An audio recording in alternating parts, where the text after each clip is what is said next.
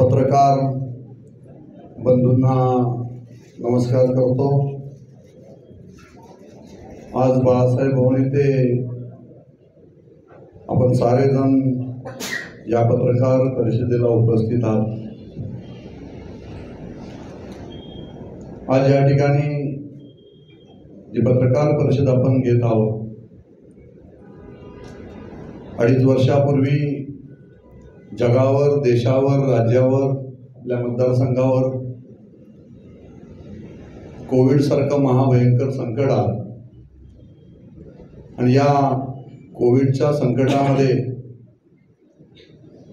अनेक तरुणांच्या नोकऱ्या गेल्या, बेरोजगारी वाढली। ही जी पॅन्डेमिक सिच्युएशन संपूर्ण जगामध्ये ओढवली गेली, त्यानंतर आपल्या मतदारसंघामध्ये सुद्धा मोठ्या प्रमाणात बेरोजगारीचं प्रमाण वाढलेलं होतं आणि त्या संदर्भात सातत्याने 2 ते 2.5 वर्ष मी प्रयत्न करत होतो की आता मार्ग कसा काढायचा।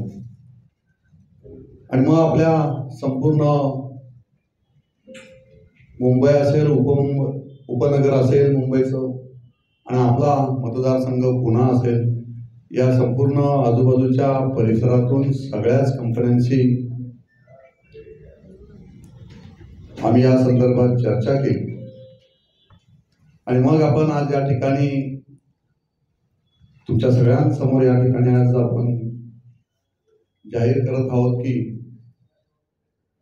येत्या 18 ऑगस्ट रोजी आपण कर्जत येथे भव्य दिव्य असा नोकरी मेळाव्याचं आयोजन या ठिकाणी करण्यात आलेलं आहे। या नोकरी मेळाव्यातून जवळजवळ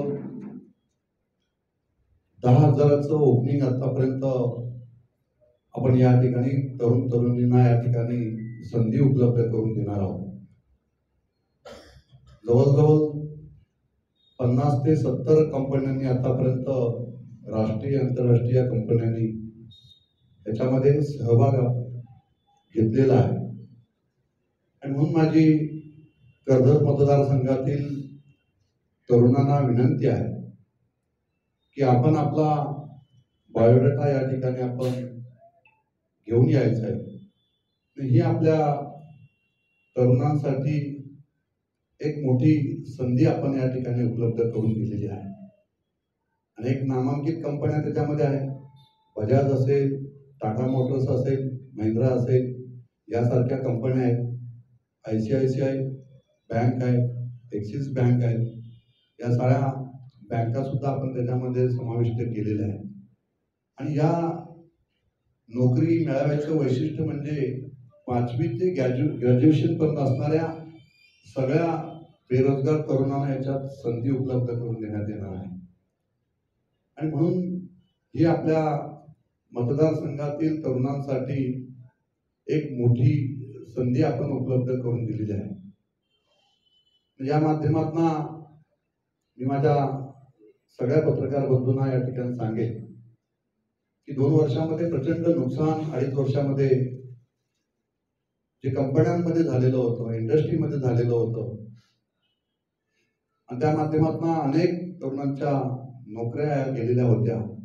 या माध्यमातून तो एक मोठा आपला प्रयत्न असणार आहे की या तरुणांना पुन्हा एकदा आपल्याला नोकरीची संधी आपण या ठिकाणी उपलब्ध करून देणार आहोत।